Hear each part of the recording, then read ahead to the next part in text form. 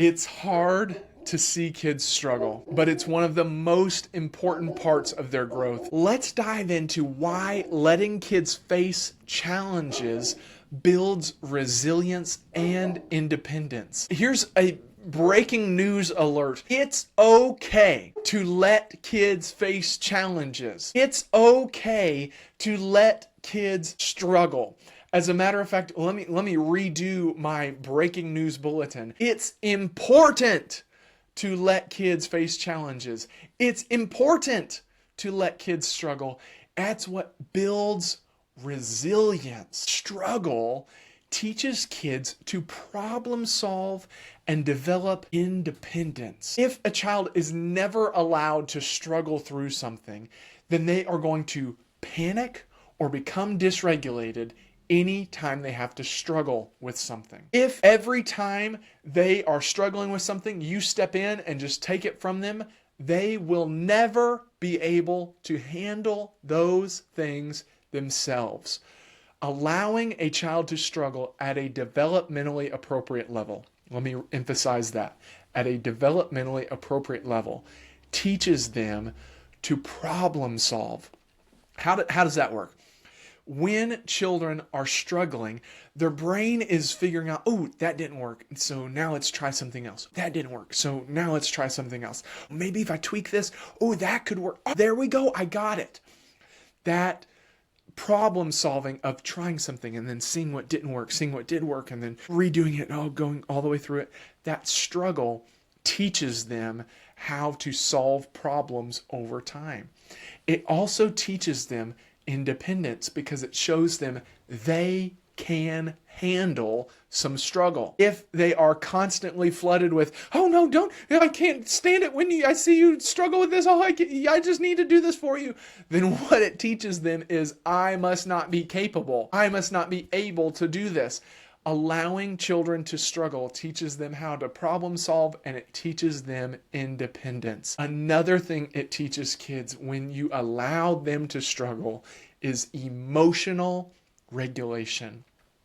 When children are allowed to experience difficult emotions, then it teaches them they can tolerate difficult emotions. And as they learn to tolerate those difficult emotions, they learn how they can handle those emotions. Rescuing kids from emotions teaches them to avoid certain emotions or fear certain emotions rather than learning to simply tolerate and regulate them. If a child is anxious about something and someone just rushes in and says, oh, I see that you're anxious about that, let's just go, we'll just leave, then it reinforces in the child's brain, oh, that must have actually been dangerous because they wouldn't have removed me from the situation if it wasn't dangerous. Same thing goes for if a child is feeling angry. If a child is angry and someone rushes in and says, I don't feel angry. Let's see, what can we do about your anger? Oh, we just need to do everything we can to make you not feel angry. Then it teaches the child anger must be something dangerous, or they wouldn't have rescued me from that emotion. But emotions are not something to be rescued from. Emotions are things to experience, and as you experience them, you can tolerate them, and as you tolerate them, you can learn to regulate them. No emotion is bad. They can be tough, but no emotion is bad, and rescuing children from feeling difficult emotions teaches them that that emotion must be one that I need to stay away from. That emotion must be one that is dangerous or bad for me to feel. One of the major issues today is kids not learning emotional regulation because they've been rescued from emotions too often.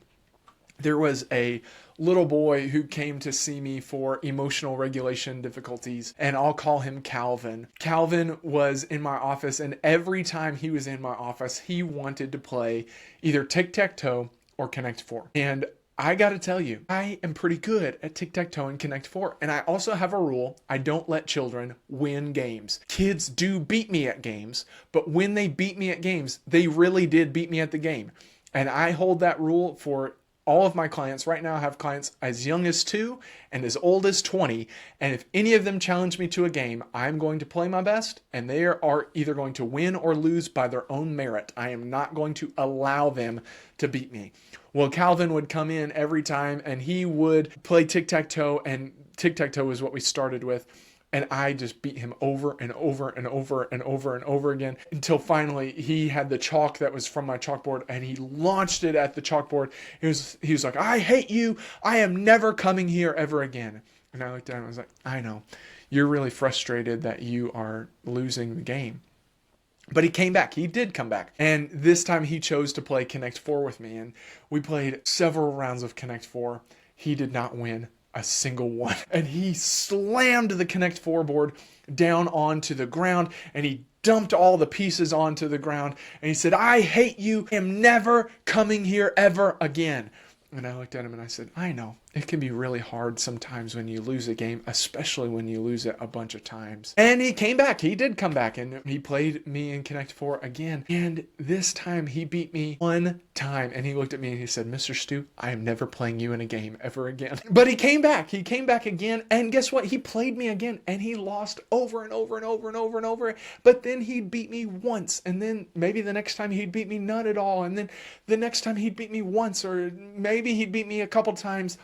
But guess what? Over time, his reactions to losing got less and less and less and less, to the point where at the end, he can now play a game with me and look at me and he can go, "Good game, Mr. Stu," whether he wins or loses. Why? Because I didn't rescue him from those emotions. I had him experience them, learn to tolerate them, and learn to regulate them.